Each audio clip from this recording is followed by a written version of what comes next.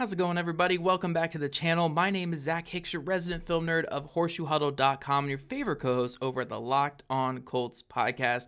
Welcome back to the channel and welcome to a new series here on the channel I'm calling Tier Maker Tuesday. Every Tuesday, we're going to dive into this Tier Maker app here and really just have some fun with it when it comes to this Colts team.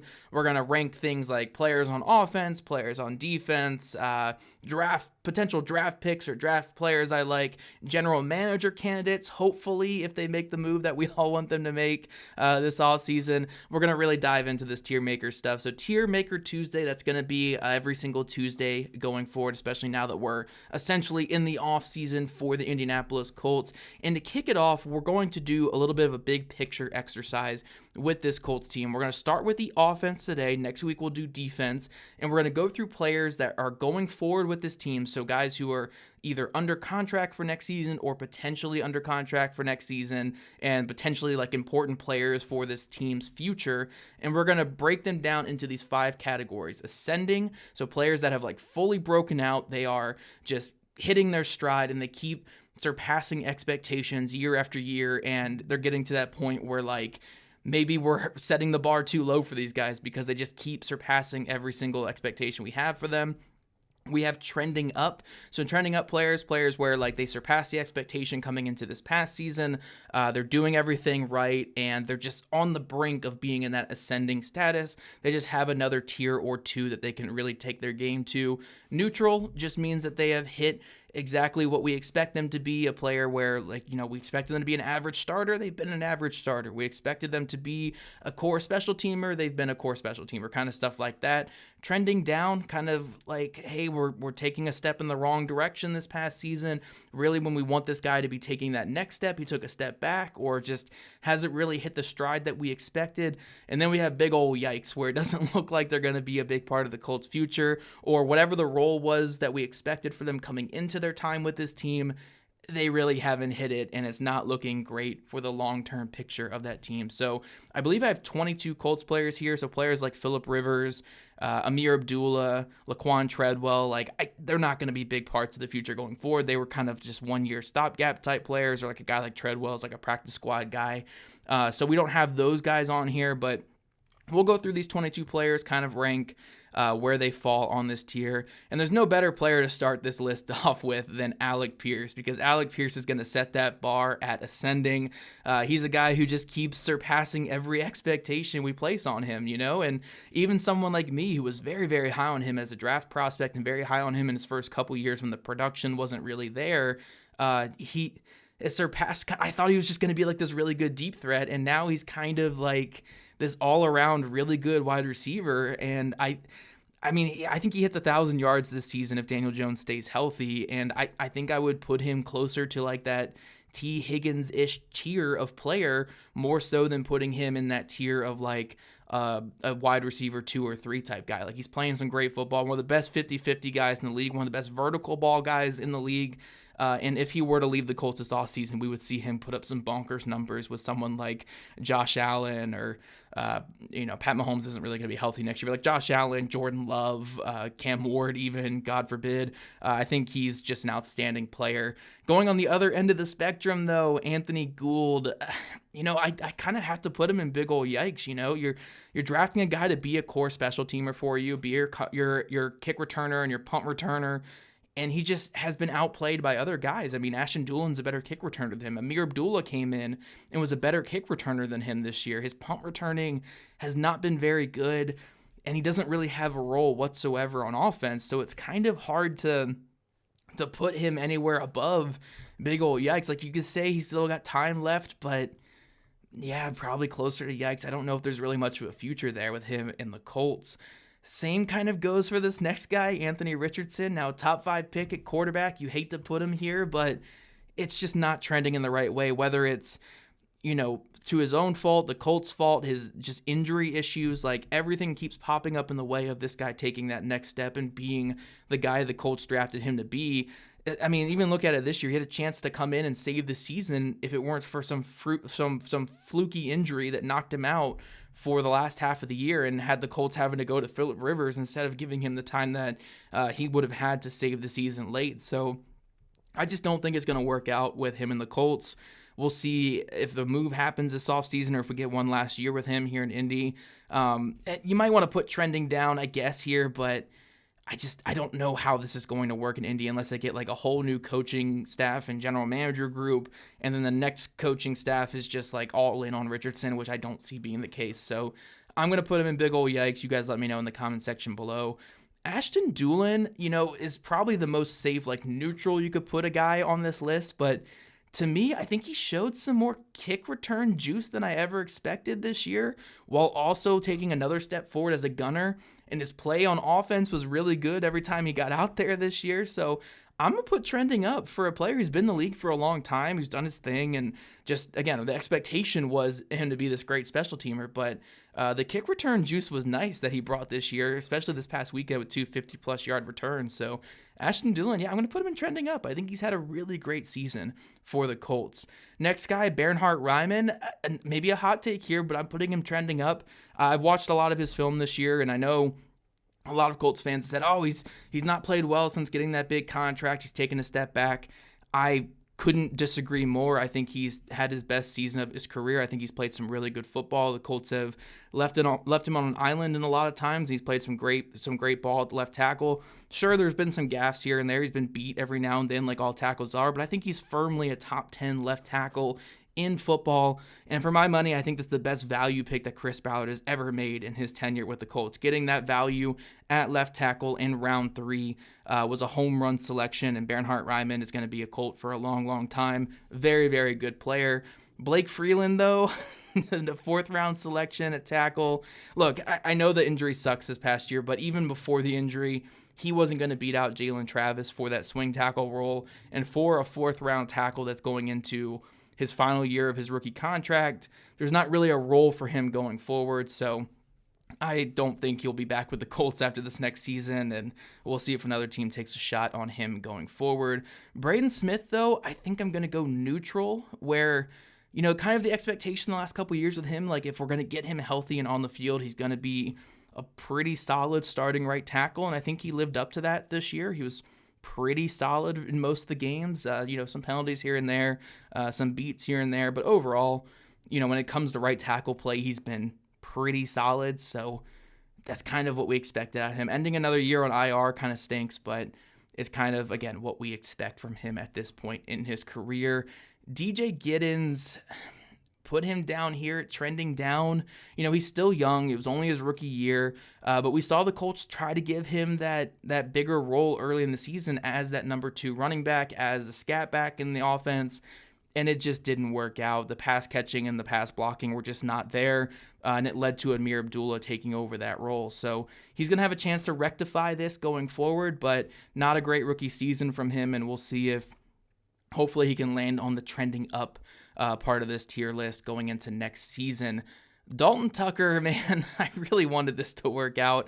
The flashes were good early in his rookie season with the Colts. I thought before it kind of went downhill and he hit that rookie wall that there was something there, but every time he's touched the field since, it's just been dreadful. And I can't give excuses. In the NFL, you have to produce or you're going to be out of a job. And Dalton Tucker, it seems like he really hasn't really found his footing yet in the league. Hopefully he can, but I think big ol' yikes probably fits the best for him right here. Daniel Jones, the Colts savior at quarterback. If you asked me after the first 10 weeks, I'd put him at ascending. Some really, really great stuff. Was the perfect guy for Shane Steichen's offense, but I think you have to settle on trending up right now. His last full game that he played before the injury against Houston was very promising. Even despite the big injury he had, I thought he was showing some really good things. But that Achilles injury scares the hell out of me. There were some warts showing on his film before it. So I'm going to just say trending up. He still surpassed my expectations coming into the year, still had a very solid season for the Colts, and was a big part of why they got those wins early. We'll see what happens going forward. I really hope he can recover from that injury because it's a devastating one. But I'm going to firmly place him in trending up. Drew Ogletree, probably more neutral, honestly.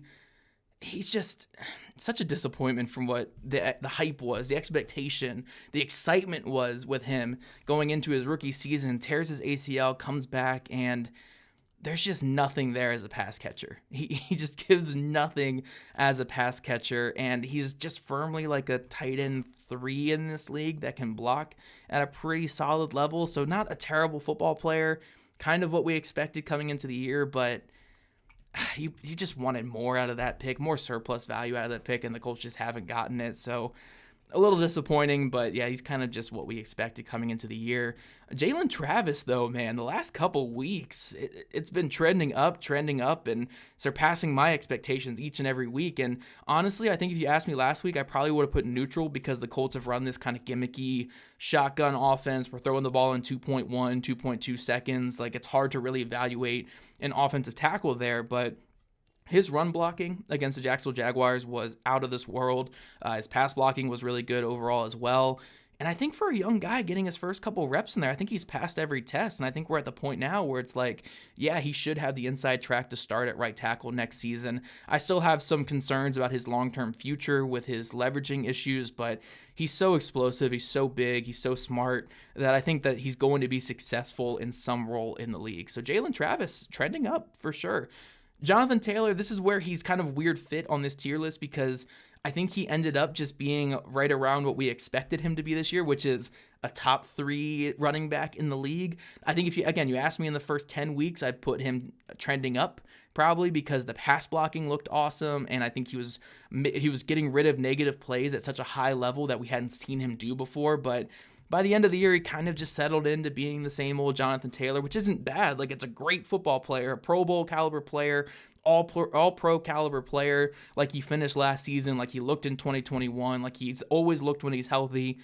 It's just he didn't really take that step into being like an all-world player like he looked in the first 8 to 10 weeks. And I think neutral fits for him, even though he is the best overall player on the offense aside from Quentin Nelson. As you'll see when we get to Quentin Nelson, he'll probably end up in the same tier because the expectation is so high for those guys. Josh Downs, though, this is the weirdest one here.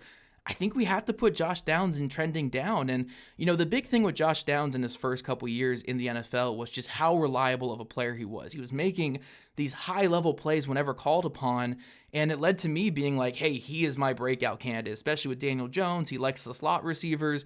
He's going to be that guy to target in all your fantasy drafts and be this big breakout player for the Colts. And while part of his lack of production has been because the offense became more 12 personnel and 13 personnel heavy, his play was really up and down. We saw more drops this year than we've ever seen. We've seen a couple gaffes here and there and some miscues.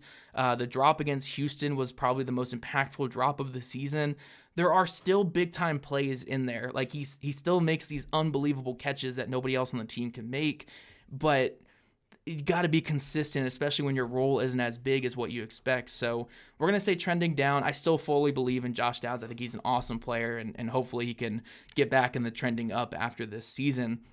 But a player that is trending up, Matt Gonsalves, man, I thought his rookie season was pretty solid across the board. Like, as a pass blocker, he left a lot to be desired, but as a run blocker at right tackle, filling in for Braden Smith, thought he did some good things. The move to right guard, I was hopeful about, but this is a guy who hadn't really played guard in the NFL or at the college level very much. I thought he made it look pretty seamless for much of the year. I think the pass blocking was outstanding. Run blocking, a little bit hit or miss, but I think that the Colts have something to build on with Gonsalves going forward. So very happy about him and putting him in that trending up category. I think he certainly deserves it. Michael Pittman Jr., this is one I might get a little bit flack for, but I think I want to put slightly trending down for Michael Pittman Jr., and only because I think the last 2 years have kind of shown the warts in his game and kind of just how the ceiling is so limited with him. Like, yes, he is this tough receiver, big physical receiver, can block at a very high level. He can create after the catch like a tight end does, and he can get you in the end zone, but I really wanted him at some point in his career, some point on this big contract, to find that bigger play ability that he had in 2021, or to find a little bit more diversity in the route tree. Like a player like Alec Pierce has become such a good route runner at so many different levels. Michael Pittman Jr., he can run digs and he can run slants, but he's not really creating any separation on any other routes. So, yeah, he's a good player still. Like, don't get me wrong. I think he's still like a wide receiver 2 in this league, but he's probably a guy that should be getting paid $15 to $18 million a year, and he's about to be making $29 million. I got to say trending down for him, even though I think he's still a pretty good player. It's just, I want a little bit more out of my guy I'm paying $20+ million at wide receiver. He was going to hit like low 1,000 with Daniel Jones this year, which is still solid, but like he was wide receiver 2 this year behind Alec Pierce in a lot of ways. And like, you just want a little bit more out of a guy that you're paying big money to and getting him all the targets. So still a good player, but I think trending down is the right spot for him. Mo Alley-Cox, I'm tempted to put trending up because like we finally got him in a role that made sense for him, like not being the number 1 tight end on the team, being tight end 2, being the blocker. I think his blocking was just phenomenal this season. I'm going to go neutral because this is what I expected. I like Mo Alley-Cox. He's a fine player. He's a good player to have on your team. Very, high utility player on this offense, and he kind of did his thing this year. So Mo Alley-Cox, great veteran presence to have for the Colts. Did some good things. Really like what I saw. Quentin Nelson, unfortunately, falls in the neutral category like Jonathan Taylor, just because, again, this is just, it's Quentin Nelson. Like we expect greatness from him. So when we get greatness, he's not trending up. He's not ascending. He's kind of already arrived. So he kind of fits more of the neutral category. It's like when LeBron James was going to all these finals every single year, like the expectation was him going to the finals. So you kind of overlook the greatness with him. But Quentin Nelson, first ballot Hall of Famer someday, fantastic player, fantastic season this year.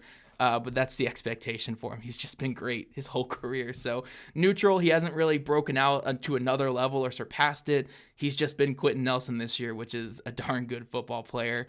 Tanner Bortolini, I think you got to put trending up. I think if you asked me after the first 8 weeks, I would have been tempted to put him in ascending. We did see a little bit of the warts in his game, though. A little bit after that, we saw, again, some of the contact balance issues kind of pop up there. I'm good with putting him in trending up right now, but he's a big-time candidate for ascending after the season. I think he had some really great moments.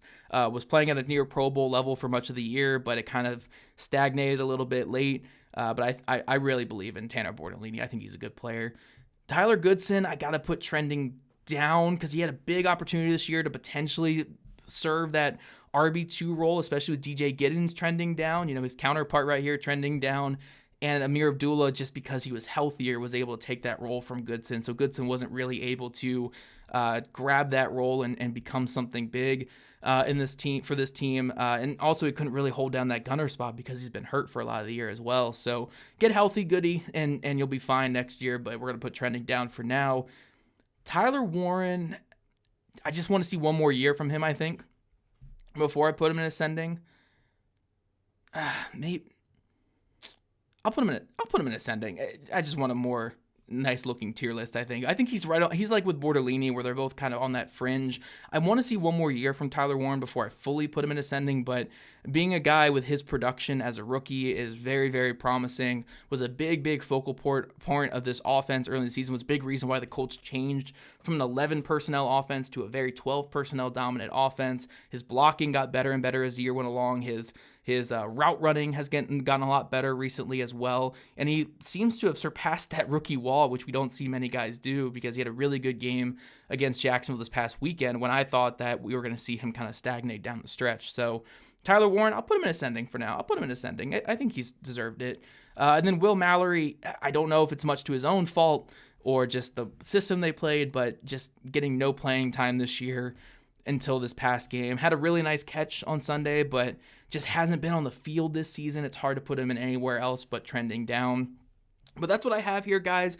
Let me know if you'd make some changes. I'm sure there are a couple that are up for debate, like Michael Pittman Jr., Anthony Richardson, Bernhard Raimann. I think you guys will debate Daniel Jones maybe a little bit.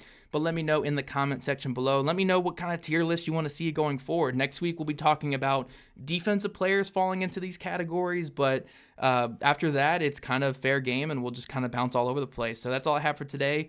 Make sure you guys are checking out the Locked On Colts podcast, and make sure you're subscribing to this YouTube channel as well, especially for your Tier List Tuesday episodes coming in the future.